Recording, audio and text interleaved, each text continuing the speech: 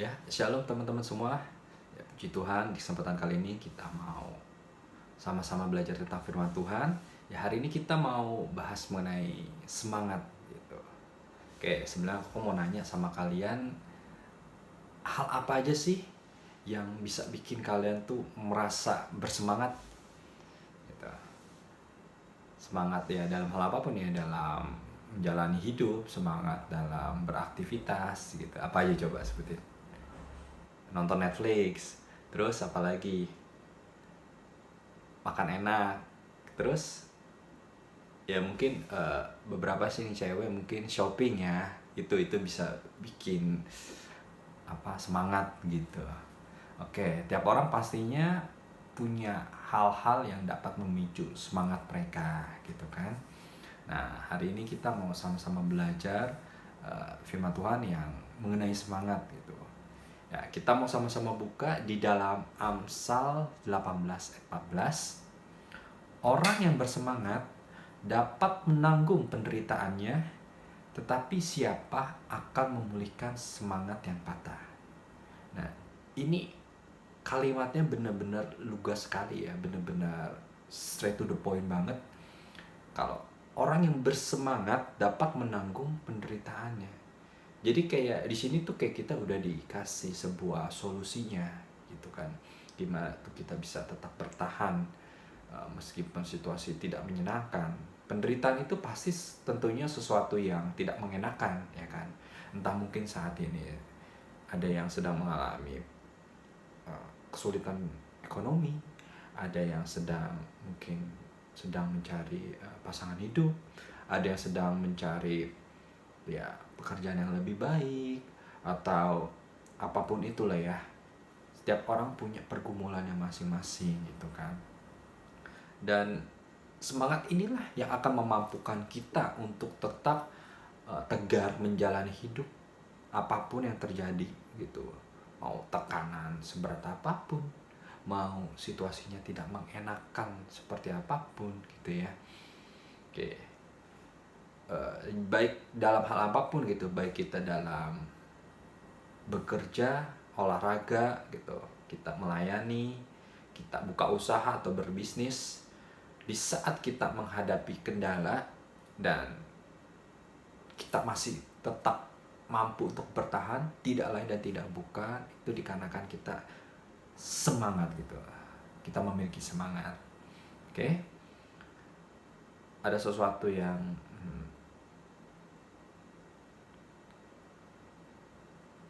cukup penting ya untuk kita renungkan sama-sama, bahkan dalam dunia medis pun gitu kan, kita udah sama-sama banyak tahu ya, kalau orang yang divonis sakit kritis, individu yang cepat dropnya gitu, cepat menurun ya,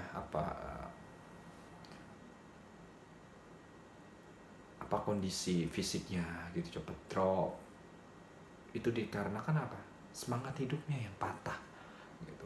Jadi sepenting itulah peran semangat dalam hidup manusia gitu. Oke?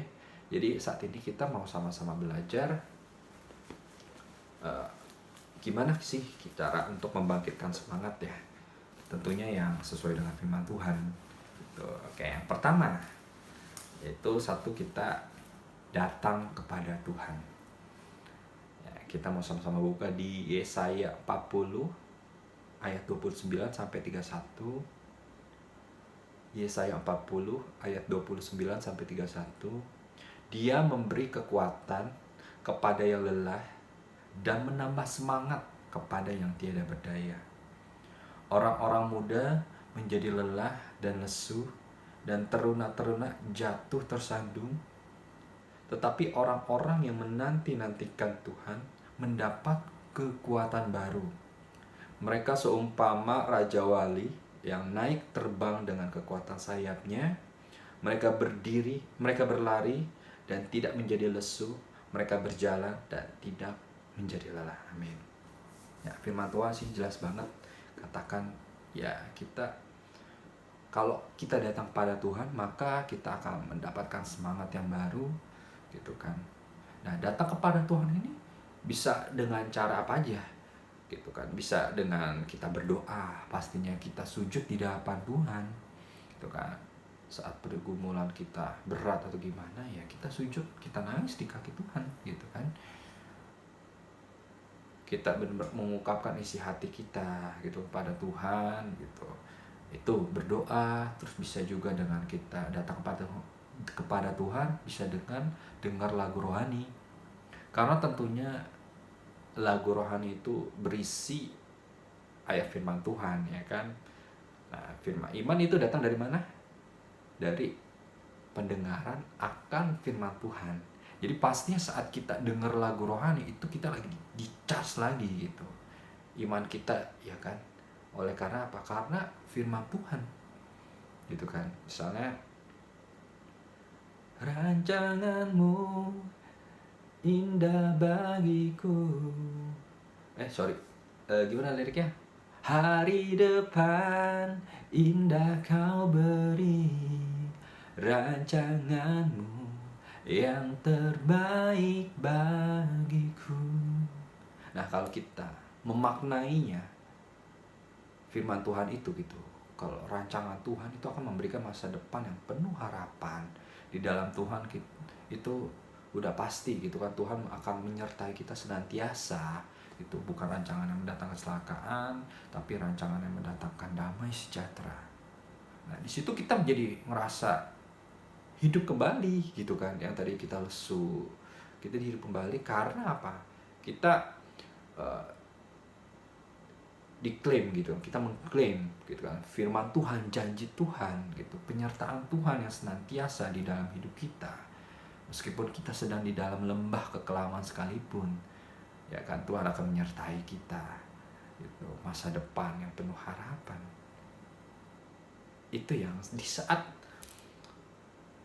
kita tahu, oh, masih ada pengharapan. Nah, di titik itulah semangat kita muncul kembali, teman-teman, ya kan. Dan pengharapan kita itu adanya berlandaskan oleh Tuhan gitu ya. Nah, terus datang kepada Tuhan itu bisa dengan bersekutu dengan saudara-saudara seiman atau komsel lah istilahnya. Nah, ini kita udah masuk ke poin yang nomor 2 ya. Jadinya kalau cara untuk membangkitkan semangat itu datang pada Tuhan. Yang kedua itu kita berkomunitas, ya, atau komsel istilahnya gitu. Karena di saat kita merasa ada teman seperjuangan kita, di saat kita merasa ada teman yang ngedengerin kita gitu kan, nah di situ kita jadi bangkit kembali semangatnya. Nah, kalau kalian perhatiin ya, nggak cuma di dunia rohani doang, tapi kalau kalian perhatikan misalnya di film Hollywood gitu ya, adegannya itu mereka di dalam penjara gitu kan, pasti ada adegan di mana para narapidanya suatu waktu itu kayak duduk bikin lingkaran, mereka kayak saling sharing satu dengan yang lain. Jadi narapidana, nah terus ada satu orang ya, mungkin konselor ya, entah itu psikolog gitu, ya kan. Di situ kayak mereka sharing, gimana minggu ini kamu ngalamin kejadian apa aja gitu kan. Kamu gimana waktu itu, masalah yang sedang kamu hadapi udah beres atau belum gitu. Nah, di situ kan kita jadi saling menguatkan kan mereka itu. Ini nggak bicara hal yang rohani ya, bahkan di sekuler pun gitu kan. Dengan adanya komunitas seperti itu, saling sharing seminggu sekali mungkin, itu mereka jadi saling nge-charge semangatnya kembali kan. Karena manusia nggak mungkin bisa hidup sendiri aja gitu. Karena ini bukti lah ya kan, di sekuler pun kita bisa lihat pentingnya berkomunitas. Nah, begitu juga dengan kita memiliki komunitas rohani, komunitas yang membangun, komunitas yang saling menguatkan, komunitas yang positif, membawa pengaruh baik tentunya ya kan. Ini akan membawa dampak yang positif, dampak yang baik dalam hidup kita juga, ya kan. Di saat kita ngerasa ada orang yang senasib sama kita aja, itu kita kayak ngerasa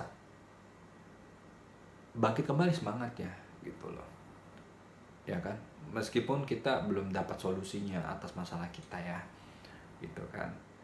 Di saat kita ada yang ngerasa ada orang yang pernah ngalamin kejadian yang tidak mengenakan seperti yang pernah kita alami, di situ kita jadi merasa eh, oh gue ternyata nggak sendiri ya.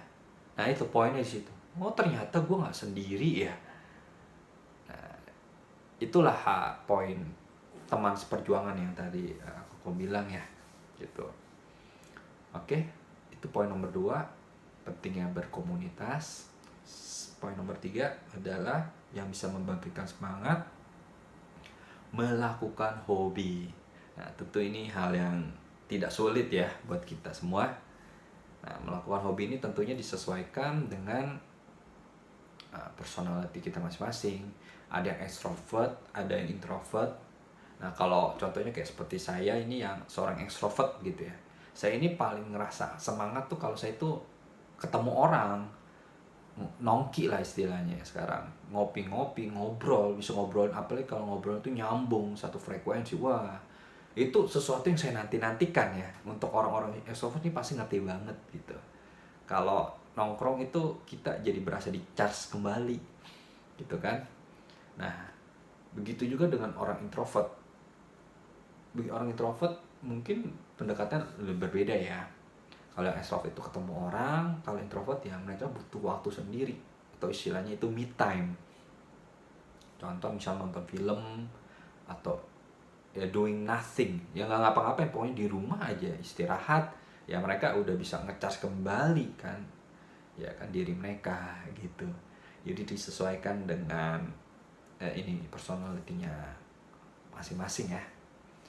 Oke, firman Tuhan cukup sampai di sini ya, gitu kan. Jadi aku simpulkan semangat itu sesuatu yang penting gitu ya, karena semangat itu yang memampukan kita untuk tetap bertahan di saat sedang menghadapi tekanan, di saat kita sedang menghadapi kendala gitu. Dan cara untuk membangkitkan semangat hidup kita yaitu datang kepada Tuhan, berkomunitas tentunya positif. Yang ketiga adalah melakukan hobi gitu. Ya kan, saya semangat kita akan bangkit kembali, karena dengan kita semangat kita akan tetap kokoh di dalam Tuhan. Amin untuk firman Tuhan.